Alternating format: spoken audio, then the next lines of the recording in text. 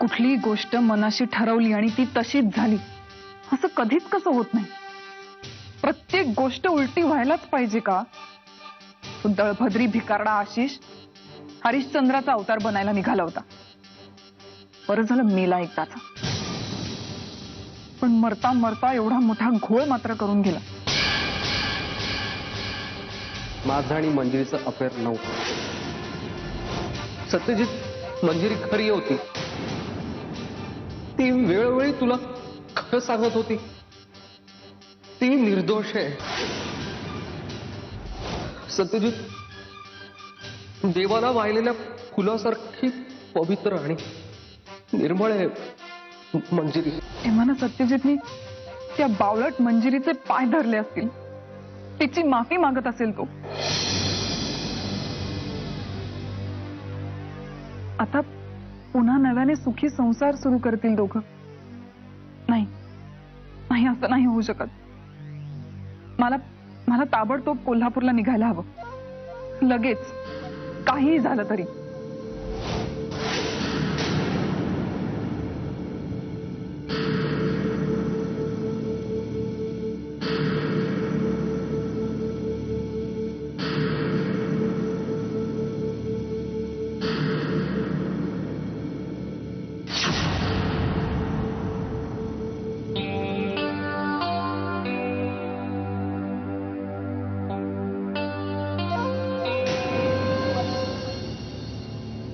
प्रिया,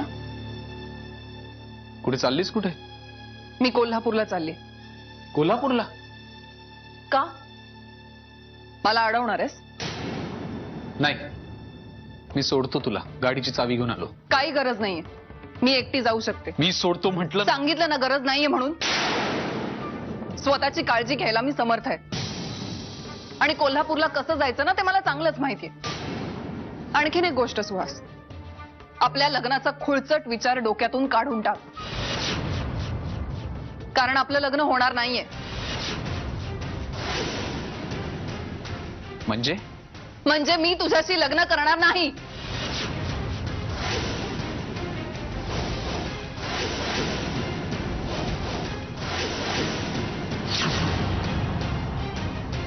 एक मिनिट। हा, सुहास लागतंय मला। माहितीये मला, तुला काही मी खेळणं वाटलं तुझ्या मनाला येईल तसं खेळवायला। मला नीट सांग, कुठे गेली होतीस आणि तिथे काय झालं?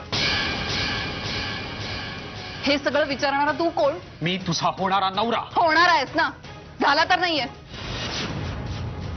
भविष्याबद्दल तू बोलूच नकोस, कारण सुहास, माझं भविष्य मी ठरवते, आणि माझ्या होणाऱ्या नवऱ्याला ही सगळी उत्तरं द्यायला मी बांधील नाहीये।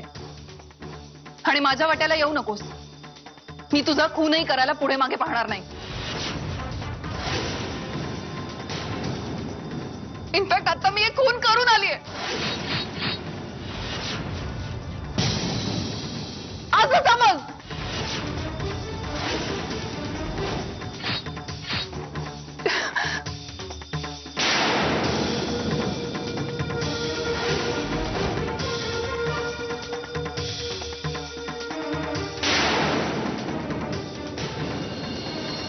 काय? आशिषचा मृत्यू झाला? हो, ऐकायला विचित्र आणि भयंकर वाटत असलं तरी हेच खरंय। स्वतः गौरांचा फोन आला होता मला। सत्यजितनेच म्हणे त्याला त्या ससून हॉस्पिटलमध्ये ऍडमिट केलं होतं। त्याचा काहीच फायदा झाला नाही, त्याच्या आधीच तो। आई यांच्यामुळे उगीच काही? नाही नाही, सत्यजितचा या सगळ्याशी काहीच संबंध नाहीये। त्याचा मृत्यू विषबाधेमुळे झाला असं डॉक्टरांचं म्हणणं आहे। विषबाधा? हो, विषबाधा। आता ती कोणी केली, का केली, कशी केली, कशासाठी केली हे काहीच माहिती नाहीये, पण त्याच्या रिपोर्ट्समध्ये मात्र तसंच दिसून येते म्हणे। मंजिरी बहिणी, सत्यजित दादा आले, त्यांची गाडी मी बघितली गेटमध्ये। हो, नाही नाही मंजिरी, आई तू अशी पटकन जाऊ नकोस त्याच्या समोर।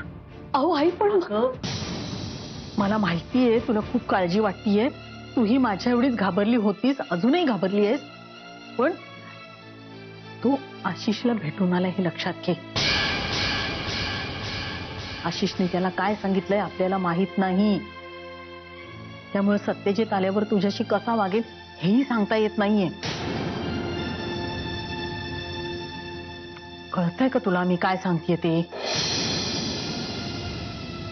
मी आधी जाते, अंदाज घेते, मग तू ये. एवढं माझं ऐक बाळा. हा?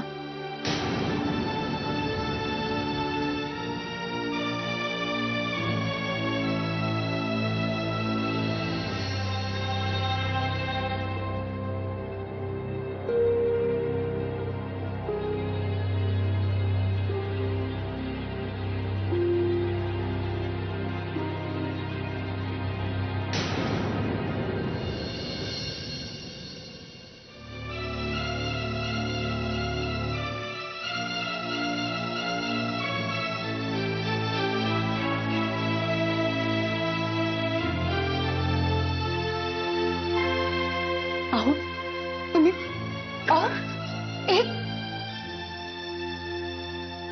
अहो हे काय करताय तुम्ही? मला माफ कर मंजिरी.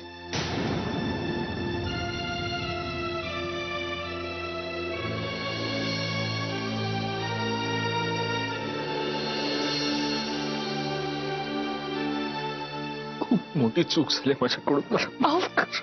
अहो प्लीज प्लीज तुम्ही उठा, शांत व्हा जरा. काय झालंय? हं? मला आशिष कडून सगळं काही कळलंय.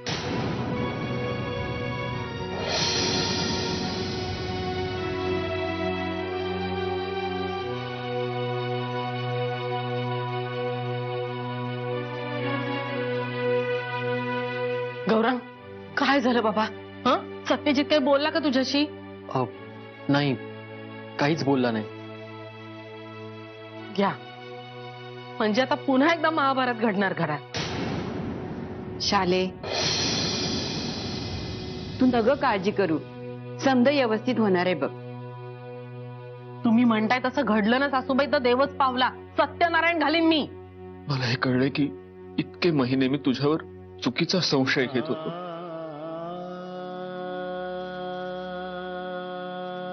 मला माफ कर मंजिरी.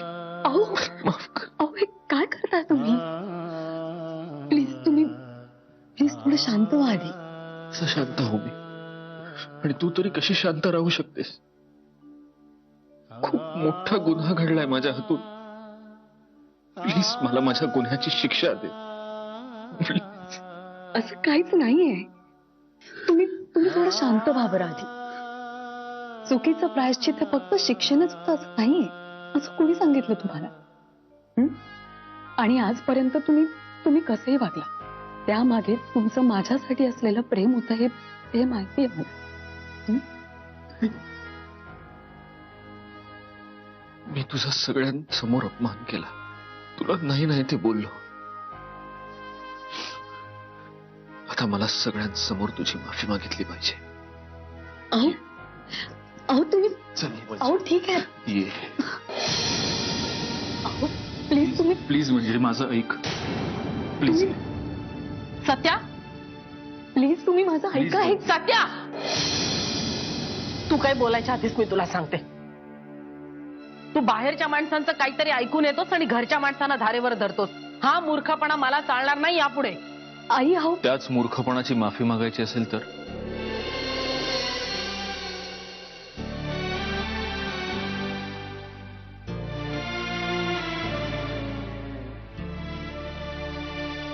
आशिष कडून मला सगळं काही कळलंय आहे. मला हे कळलंय की इतके महिने मी मूर्खासारखाच वागत होतो.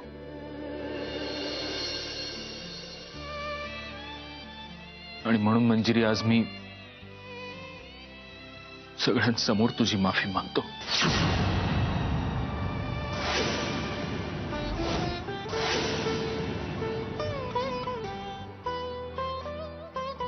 अहो प्लीज हे काय करताय तुम्ही?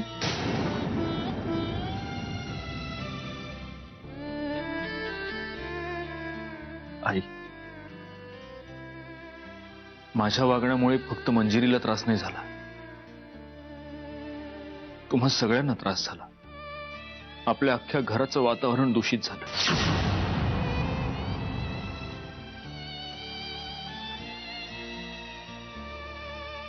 तुझं बरोबर होतं. ज्या माणसाचा मी जन्मभर दुस्वास केला त्या माणसासारखाच मी वागत राहिलो.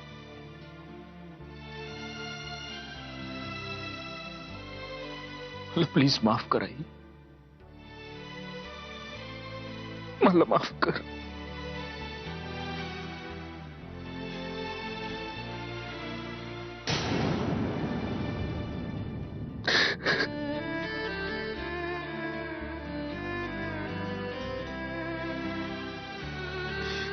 सत्या बरबास कर आता. सत्या अरे आता आम्हाला समजाच रडवणार आहेस का तू?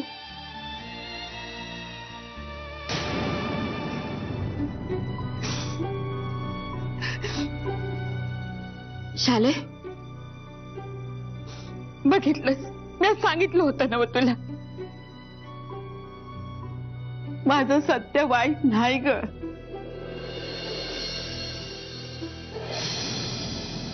तू मनानं लई चांगला आहे बघ.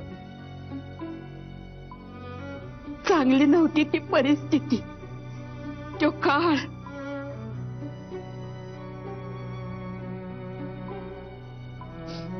पण आता समजा चांगलं होणार आहे.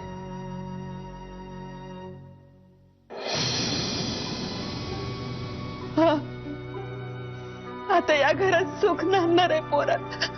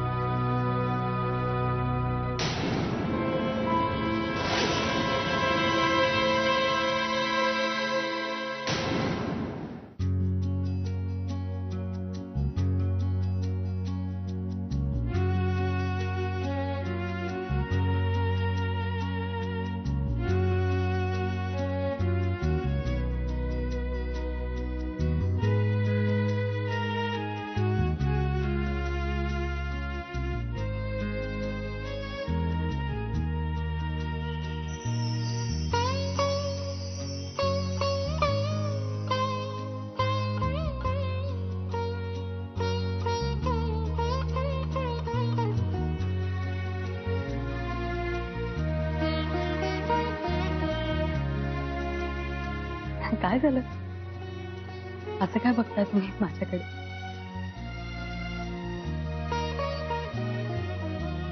खूप वेळ लागला ना? आय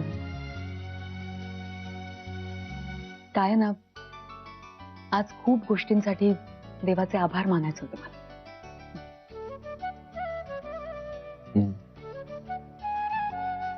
आता जेव्हा मी देवासमोर उभा राहीन तेव्हा मलाही खूप वेळ लागणार आहे. कारण मला माझ्या बऱ्याच चुकांसाठी माफी मागायची देवाकडे. अहो, मी आता जेव्हा विचार करतो तेव्हा मागच्या वर्षातला एक एक क्षण जेव्हा आठवतो ना, म्हणजे जेव्हा मी तुझ्याशी सॉरी. प्लीज हे सारखं सारखं माफी मागणं बंद करा तुम्ही. आता आपल्यात माफी हा शब्द कधीच येणार नाही.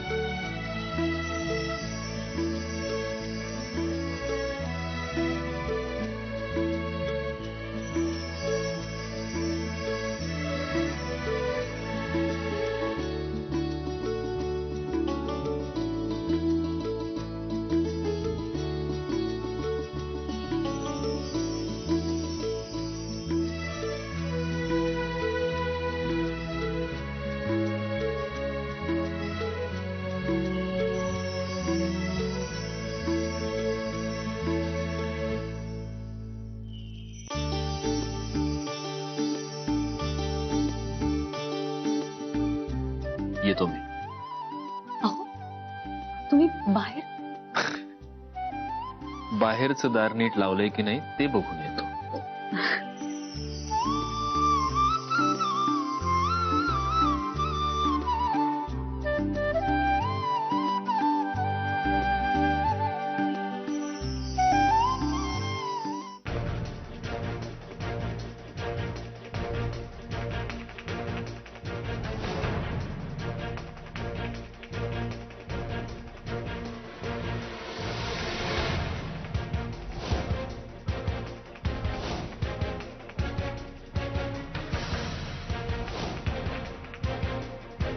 याबद्दल काय आशिष?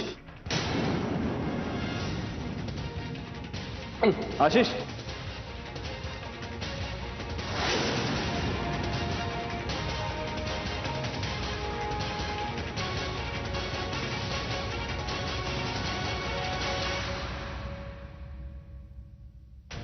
प्रिया प्रिया हे बघ मला कळतंय की तुला खूप त्रास होतोय. आपल्या घरात अचानक हे जे काही आनंदाचे वारे व्हायला लागले ते बघून आलीये मी. प्रिया अगं ह्या सगळ्या प्रकारात तुझी काय हालत झालीये बघतीयस का? प्लीज माझं ऐक आता तरी. हे सगळं सोडून दे आता. तू सुहासशी लग्न कर आणि सुखी हो. स्वतःचं आयुष्य नीट जग. प्लीज ऐक माझं. ए तोंड बंद ठेव तुझं आणि जा इकडनं. अगं प्रिया मी तुझ्या भल्यासाठी बोलतेय. तुझ्या लक्षात येत नाहीये का? माझं भलं कशात आहे मला माहिती. हाच हट्टीपणाला नडणार आहे तुला एक दिवस. कळत नाहीये का काय चाललंय ते? काय अवस्था करून घेतलीये स्वतःची. तोंड बघ एकदा जरा आरशात जाऊ. कुणाच तरी खून करून आल्यासारखी दिसतेस तू. उद्ध्वस्त भकास काहीतरी बसतीयस मगासपासनं. हो मीच केलाय खून. मी खून केलाय त्याचा. मी आशिषला मारून टाकलं. मी खून केला त्याचा. शांत बस शांत बस. आशिषला खून केला.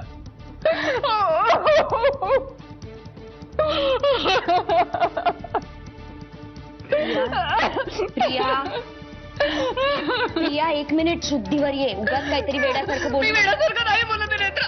तुला नाही माहिती नाही मी खरंच मारून टाकलं त्याला. मी स्वतःच्या हाताने मारला. मी आशिषचा खून केला. प्रिया प्रिया प्लीज प्लीज ऐकतेस का? ऐक ऐक हे बघ उगाच काहीतरी वेड्यासारखं बोलू नका. ऐक हे बघ मला कळतंय तुला त्रास होतोय पण हे बघ ऐक माझं ऐक. हे बघ सत्यजित दादा आत्ता मंजिरीवर संशय घेत नाहीयेत. पण याचा अर्थ त्यांचा संशय स्वभाव बदलला असा होत नाही की नाही बाळा. हा ऐक तू चुकून काहीतरी वेड्यासारखं बोलशील त्यांच्या समोर आणि त्यांना खरं वाटलं ना तर किती प्रॉब्लेम होईल कळतंय का तुला? हा तू अजिबात वेड्यासारखं बोलू नकोस कुणासमोर. हा कळतंय तुला? अजिबात हे परत कुणासमोरही बोलायचं नाही. हा काय उगाच वेड्यासारखं. हे बघ सांभाळ स्वतःला. हा काळजी घे. मी आहे. हा तू काळजी घे. चालेच.